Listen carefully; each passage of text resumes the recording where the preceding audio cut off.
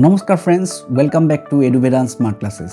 আজি পুনৰ আপোনালোকৰ ফ্ৰণ্টত উপস্থিত হৈছোঁ 5টা কাৰেণ্ট এফেয়াৰ্ছ টপিক লৈ। এই গোটেইবোৰ টপিক আহিব লগা APSC প্ৰিলিমছ 2025ৰ বাবে ইম্পৰ্টেণ্ট হ'বলৈ গৈ আছে। গতিকে দেৰি নকৰি আৰম্ভ কৰিছোঁ আজিৰ ক্লাছটো। আজি আমাৰ প্ৰথম টপিক হ'বলৈ গৈ আছে digital personal protection act of 2023। আমাৰ যি ইনফৰমেশ্যনেল প্ৰাইভেচি আছে, যাক সুপ্ৰিম কোৰ্ট অফ ইণ্ডিয়াই ডিক্লেয়াৰ কৰিছিলে as a part of the fundamental right to privacy, তাৰ ওপৰত ভিত্তি কৰি আমাৰ digital personal protection act, data protection act 2023 অনা হৈছে। আৰু ইয়াৰ দ্বাৰা আমাৰ যিবোৰ ডাটা আছে তাক প্ৰপাৰ প্ৰচেছিং, ষ্ট'ৰেজ আৰু ছিকিউৰিটিৰ কথা প্ৰদান কৰাৰ কথা কোৱা হৈছে। আমাৰ যিটো এক্ট আছে তাৰ আণ্ডাৰত 3টা কেটেগৰী বনোৱা হৈছে। প্ৰথমটো কোৱা হৈছে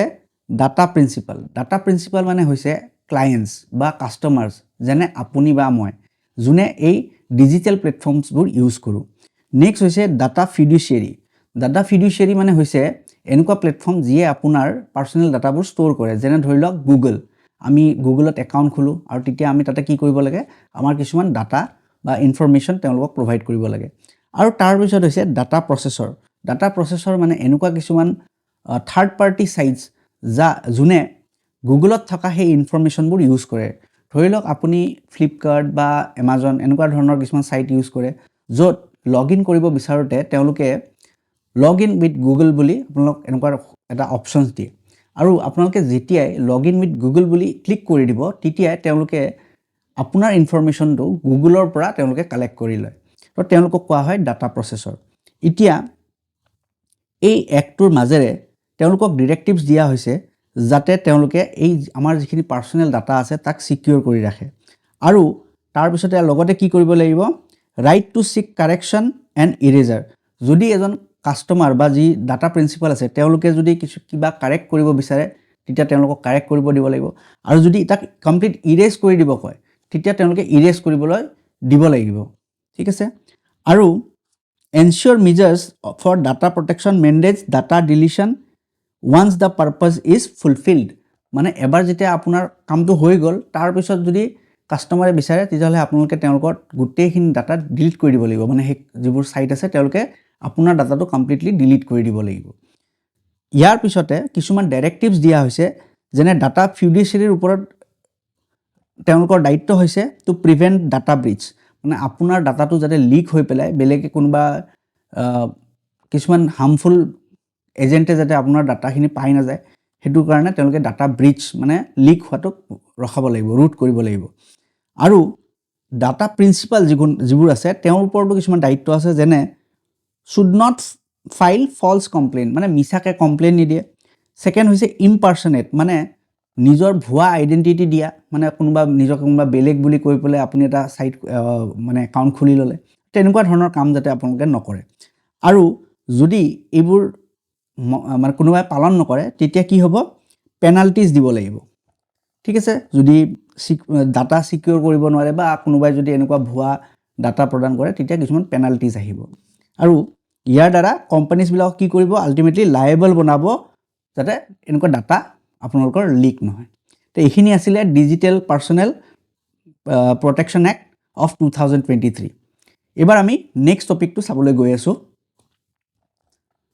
আমাৰ নেক্সট টপিক হ'বলৈ গৈ আছে sub classification of SC and ST community.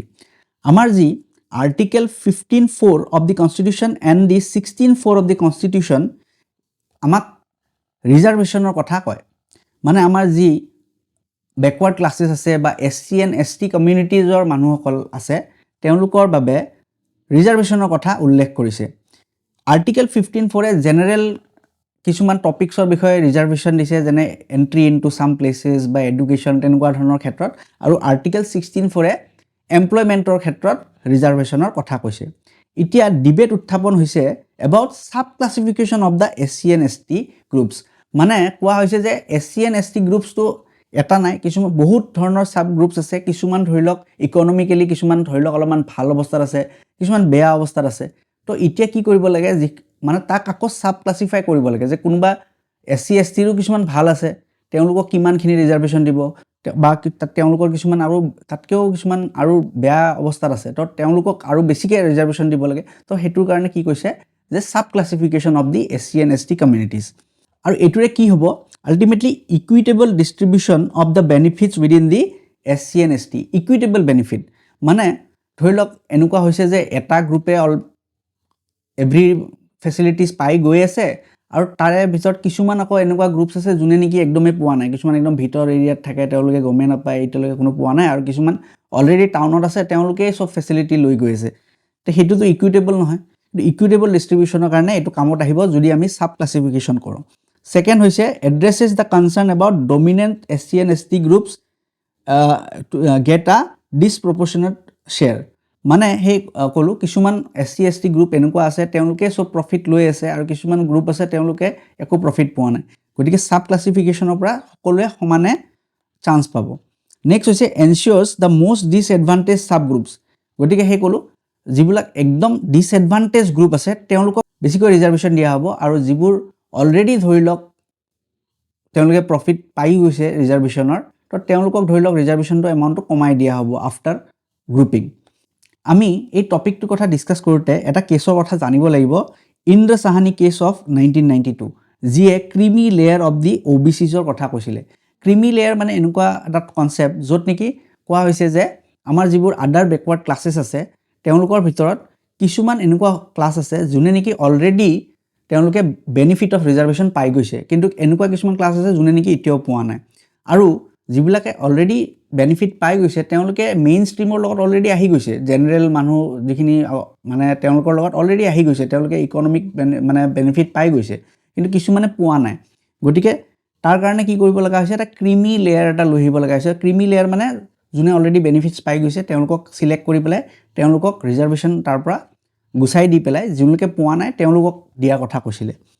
আৰু সুপ্ৰিম কোৰ্টে এই ক্ৰিমি লেয়াৰৰ কথা ৰিকমেণ্ড কৰিছিলে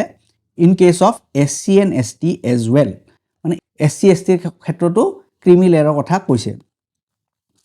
দিছ would exclude the wealthier and the more privileged section of the SC and ST এই ক'লোৱে যিখিনি অলৰেডি বেনিফিট পাই গৈছে তেওঁলোকক এক্সক্লুড কৰি যিলোকে পোৱা নাই তেওঁলোকক দিয়া হ'ব এতিয়া গভৰ্ণমেণ্টে already they are working on a framework for sub classification and some state already implemented the quotas to the SC and ST reservation মানে অলৰেডি কিছুমান ষ্টেটে এই কামটো ষ্টাৰ্ট কৰি দিছে খালি এটা কি হৈছে legal challenges from the opposition from certain SC ST group remain concern মানে কিছুমান গ্ৰুপে কিন্তু এই কথাটো মানি লোৱা নাই গতিকে তাৰ ওপৰত কিছুমান অপজিশ্যন পোৱা গৈছে ওকে এইখিনি আছিলে sub classification of SC and ST community আমাৰ নেক্সট টপিক হৈছে আয়ুষ্মান ব্যয় বন্দনা যোজনা আমাৰ যি আয়ুষ্মান ভাৰত প্ৰধানমন্ত্ৰী জন আৰোগ্য যোজনা আছিলে তাক আমাৰ ইউনিয়ন কেবিনেটে এক্সপানশ্যনৰ কথা কৈছে আৰু তাৰ দ্বাৰা এটা নতুন স্কিম লৈ আহিছে আয়ুষ্মান ব্যয় বন্দনা যোজনা মানে আমাৰ যি আয়ুষ্মান ভাৰত প্ৰধানমন্ত্ৰী জন আৰোগ্য যোজনা আছে তাৰ মাজেদি আমাৰ যিখিনি দৰিদ্ৰ লোক আছে তেওঁলোকক চিকিৎসা দিছিলে ফ্ৰী চিকিৎসা এতিয়া তেওঁলোকে কি কৰিছে তাক এক্সপান্ড কৰি পেলাই এটা নতুন স্কিম লৈ আহিছে যাক কৈছে ব্যয় বন্দনা যোজনা মানে ইয়াৰ দ্বাৰা কি হৈছে আমাৰ যিবোৰ সিনিয়ৰ সিটিজেন্স আছে এবভ 70 ইয়াৰ্স ৰিগাৰ্ডলেছ অফ ইনকাম মানে ইনকাম যিমানে নাথাকক 70 ইয়াৰ্সৰ এবভ যিখিনি আমাৰ সিটিজেন্স আছে তেওঁলোকক আমাৰ হেল্থ বেনিফিট দিয়াৰ কথা কৈছে আৰু প্ৰভাইড কি মেজৰ হেল্থ কেয়াৰ আৰু টু দি এল্ডাৰলি আৰু reduce the out of pocket এক্সপেণ্ডিচাৰ্ছ মানে যেতিয়া আমাৰ বহুত বেছি খৰচ হৈ যায় এটা মেডিকেল ট্ৰিটমেণ্ট কৰিব গ'লে যাতে আমাৰ যিখিনি এজেড মানুহ আছে তেওঁলোকক যাতে সেইখিনি চিকিৎসা দিব পাৰে তাৰ বাবে এই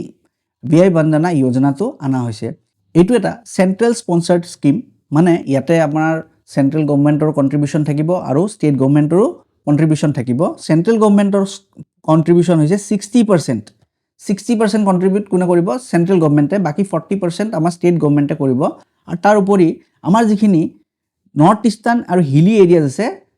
তাতে 90% কন্ট্ৰিবিউট কৰিব আমাৰ সেন্ট্ৰেল গভৰ্ণমেণ্টে আৰু তাৰ থ্ৰু দি কি কৰিছে এটা ইউনিভাৰ্সেল হেল্থ কভাৰেজ দিয়া কথা কৈছে টু দি সিনিয়ৰ সিটিজেন্স মানে যিকোনো বেমাৰৰ ক্ষেত্ৰতে যাতে এটো প্ৰযোজ্য হৈ যায় তাৰ বাবে এই স্কিমটো অনা হৈছে next government is working on the smooth implementation to ensure hospital network expansion মানে এতিয়া এই স্কিমটো যাতে বিভিন্ন হস্পিটেলত ইউজেবল হয় তাৰ কাৰণে এক্সপানশ্যনৰ কথা কৈছে next some states discussing additional benefits for those above 60 years আৰু কিছুমান ষ্টেটে ইভেন 60 ইয়াৰ্ছ যিখিনি মানুহ আছে তেওঁলোককো কিবা কিবি এডিশ্যনেল বেনিফিটছৰ কথা কৈছে আৰু ইয়াৰ মাজেৰে যাতে মেক্সিমাম বেনিফিটছ কৰিব পাৰে তাৰ কাৰণে চেষ্টা কৰি আছে আৰু এইখিনি আছিলে আয়ুষ্মান বিয়াই বন্দনা যোজনাৰ বিষয়ে আমাৰ নেক্সট টপিক হৈছে প্ৰিভিলেজ মোশ্যন আমাৰ যিবোৰ MP MLAs আছে তেওঁলোকে ডিউৰিং সেশন কিছুমান ৰাইটছ এণ্ড ইমিউনিটিজ এনজয় কৰে সেইবিলাকে প্ৰিভিলেজ বুলি কোৱা হৈছে মানে সেশন চলি থকাৰ সময়ত তেওঁলোকক কিছুমান স্পেচিয়েল প্ৰিভিলেজ দিয়া হয় যাতে তেওঁলোকে কি কৰিব পাৰে ডিউটিজ উইদাউট ইণ্টাৰফেৰেন্স মানে তেওঁলোকে কাম কৰি থকাত যাতে ব্যাঘাত মানে নহয় সেই কাৰণে এই প্ৰিভিলেজবোৰ তেওঁলোকক দিয়া হয় এতিয়া কি প্ৰিভিলেজ দিয়া হয় সেইবোৰ আমি চাই লওঁ প্ৰথম হৈছে freedom of speech in the parliament মানে এজন MP বা MLA মোষ্টলি MP পাৰ্লিয়ামেণ্টৰ ভিতৰত আৰু MLA নিজৰ এছেম্বলিৰ ভিতৰত যি ক'ব তাৰ আধাৰত তেওঁৰ ওপৰত কোনো একশ্যন নহয় তেওঁ মন খুলি কথা ক'ব পাৰে তেওঁৰ তাৰ ওপৰত কোনো একশ্যন নহয় নেক্সট হৈছে MP cannot be arrested 40 days before and after of the session for the civil cases এইটো কথা মনত ৰাখিব ক্ৰিমিনেল কেছ নহয় চিভিল কেছৰ ক্ষেত্ৰত 40 ডেজৰ before and after of the session তেওঁক এৰেষ্ট কৰিব নোৱাৰে আৰু নেক্সট পাৰ্লিয়ামেণ্টক কিছুমান পাৱাৰ দিয়া হৈছে the power to punish for misconduct যদি MP বা MLA জনে কিবা মিছকণ্ডাক্ট কৰিছে তেতিয়া পানিছমেণ্টটো দিব পাৰে আমাৰ পাৰ্লিয়ামেণ্ট বা এছেম্বলিয়ে এতিয়া প্ৰিভিলেজ মোশ্যন মানে কি প্ৰিভিলেজ মোশ্যন মানে আমাৰ কিছুমান MPয়ে কেতিয়াবা এই যিখিনি পাৱাৰ দিয়া হৈছে তেওঁলোকক যিখিনি সিকিউৰিটি প্ৰদান কৰা হৈছে তাৰ ৰংলি ইউজ কৰে তাক আৰু তেতিয়া তেওঁৰ এগেইনষ্টত ব্ৰিচ অফ প্ৰিভিলেজৰ কাৰণে প্ৰিভিলেজ মোশ্যন পাছ কৰা হয় এই যিটো প্ৰিভিলেজ মোশ্যন এইটো প্ৰথমতে কি হয় আমাৰ উত্থাপন কৰা হয় আৰু তাৰ পিছত তাক ৰিভিউ কৰা হয় থ্ৰু কমিটি অফ প্ৰিভিলেজ আমাৰ এটা কমিটি অফ প্ৰিভিলেজ থাকে তেওঁলোকে তাক ৰিভিউ কৰিব তেওঁক ষ্টাডি কৰিব সেই কথাটো তাৰ পিছত কি হ'ব হাউচত ডিবেট এণ্ড ডিছকাশ্যন হ'ব আৰু যদি কথাটো প্ৰুফ হৈ যায় তাৰ পিছত কি হ'ব the house can take actions like কি ৰেপ্ৰিমেণ্ট মানে কিবা কিবি ধমকি দিব পাৰে এপলজিজ খোজাব পাৰে তেওঁৰ পৰা তেওঁ চৰি ক'ব লাগিব তাৰপিছত ছাছপেণ্ড কৰি দিব পাৰে বা ইমপ্ৰিজনমেণ্টলৈকো কৰিব পাৰে মানে জেলত ভৰাই দিব পাৰে গতিকে these are the actions that a parliament can take if someone has actually breach the privilege এতিয়া এই নিউজটো কিয় আছিলে প্ৰথমতে আমাৰ যি মিনিষ্টাৰ আছিলে এডুকেশ্যন মিনিষ্টাৰ ধৰ্মেন্দ্ৰ প্ৰধান তেওঁৰ এগেইনষ্টত এই প্ৰিভিলেজ মোশ্যনটো অনা কথা হৈছিলে কাৰণ তেওঁ কি কৰিছিলে যি প্ৰিয়াম্বল আছিলে আমাৰ যিবোৰ NCERT বুক থাকে আপোনালোকে দেখা পাইছে তাৰ ফ্ৰণ্টত প্ৰিয়াম্বলটো দিয়া আছে আমাৰ কনষ্টিটিউশ্যন আৰু তেওঁ সেইটো ৰিমুভৰ কথা কৈছিলে সেইকাৰণে তেওঁৰ এগেইনষ্টত প্ৰিভিলেজ মোশ্যন পাছ কৰাৰ মানে এটা ডিচিশ্যন লোৱা হৈছিলে আৰু অপজিশ্যনে কৈছিলে যে তেওঁ এইবোৰ একশ্যনৰ থ্ৰু দি আমাৰ যিটো হিষ্ট্ৰী আছে তাক ডিষ্টৰ্ট কৰিবৰ কাৰণে চেষ্টা কৰিছে আৰু এই কেছটো পাৰ্লিয়ামেণ্টত ৰিভিউ হৈছিলে ঠিক আছে এইখিনি হৈছে প্ৰিভিলেজ মোশ্যনৰ কথা আমাৰ আজিৰ শেষৰ দি টপিক হৈছে মিছন ৱাৎসল্য এই যিটো প্ৰগ্ৰেম বা স্কিম এইটো অনা হৈছিলে ফৰ দি ষ্ট্ৰীট চিলড্ৰেনছ আমাৰ যিবোৰ সৰু ল'ৰা ছোৱালী আছে যাৰ ঘৰ দুৱাৰ নাই তেওঁলোকৰ বাবে এই প্ৰগ্ৰেমটো অনা হৈছিলে এইটো এটা ইণ্টিগ্ৰেটেড প্ৰগ্ৰেম হয় মানে মাৰ্জ কৰা হৈছে কিয়াৰ লগত integrated child protection scheme ICPS of 2010 আৰু ইয়াক ৰিষ্ট্ৰাকচাৰ কৰি পেলাই কি নাম দিয়া হৈ গ'ল মিছন ৱাৎসল্য এতিয়া ইয়াৰ দ্বাৰা কি হৈছে ইয়াৰ দ্বাৰা shelter, nutrition, healthcare, education and recreational facilities provide কৰা হয় to কি street children আৰু prevent destitution and exploitation মানে এই তেওঁলোকৰ জনে কোনো যাতে তেওঁলোক এক্সপ্লইট নকৰে তাকো ইয়াৰ দ্বাৰা মেজাৰ্ছ লোৱা হয় আৰু strengthen the child protection mechanism আমাৰ যি child protection আছে তাক strengthen কৰিবৰ কাৰণে যাতে কিছুমানে ল'ৰা ছোৱালীবিলাকক হয়তো এছল্ট কৰে বা তেনেকুৱা ধৰণৰ যাতে তেওঁলোকৰ ওপৰত কোনো অত্যাচাৰ কৰিব নোৱাৰে তাৰ কাৰণে এই স্কিমটো অনা হৈছিলে আৰু এই স্কিমটো ইমপ্লিমেণ্ট কৰিছে কোনে ministry of women and child ডেভেলপমেণ্টে আৰু ইয়াৰ লগত আমাৰ ষ্টেট গভৰ্ণমেণ্ট প্লাছ NGOs বিলাকে কাম কৰি আছে NGOs কি কৰে legal and social support to the vulnerable childrens আমাৰ যিবোৰ ভানাৰেবল চিলড্ৰেনছ আছে তেওঁলোকক লিগেল ছাপৰ্ট দিয়া হয় ছ'চিয়েল ছাপৰ্ট দিয়া হয় আৰু আমাৰ যি national commission for protection of child right মানে NCPCR যি আছে তেওঁলোকে আমাৰ এই প্ৰগ্ৰেমটোক মনিটৰ কৰি আছে আৰু in Assam child correctional home crisis মানে যিটো আছে তেওঁলোকে এই গেপটোক হাইলাইট কৰিছিলে সেইকাৰণে এইটো নিউজত আছিলে যে আমাৰ যিবিলাক ষ্ট্ৰীট চিলড্ৰেনছ আছে তেওঁলোকক এতিয়ালৈকে তেনেকুৱা কোনো সুবিধা দিয়া হোৱা নাই সেইটো নিউজত আছিলে সেইকাৰণে এই টপিকটো ইম্পৰ্টেণ্ট হ'বলৈ গৈ আছে আৰু সেইকাৰণে গভৰ্ণমেণ্টে কি কৰিছে ইয়াক এক্সপাণ্ডিং দি ইনফ্ৰাষ্ট্ৰাকচাৰ এণ্ড ফাণ্ডিঙৰ ওপৰত কাম কৰি আছে আমাৰ বৰ্তমান গভৰ্ণমেণ্টে গতিকে এইখিনি আছিলে আজিৰ টপিকছ আশা কৰোঁ আপোনালোকে টপিকছখিনি বুজি পাইছে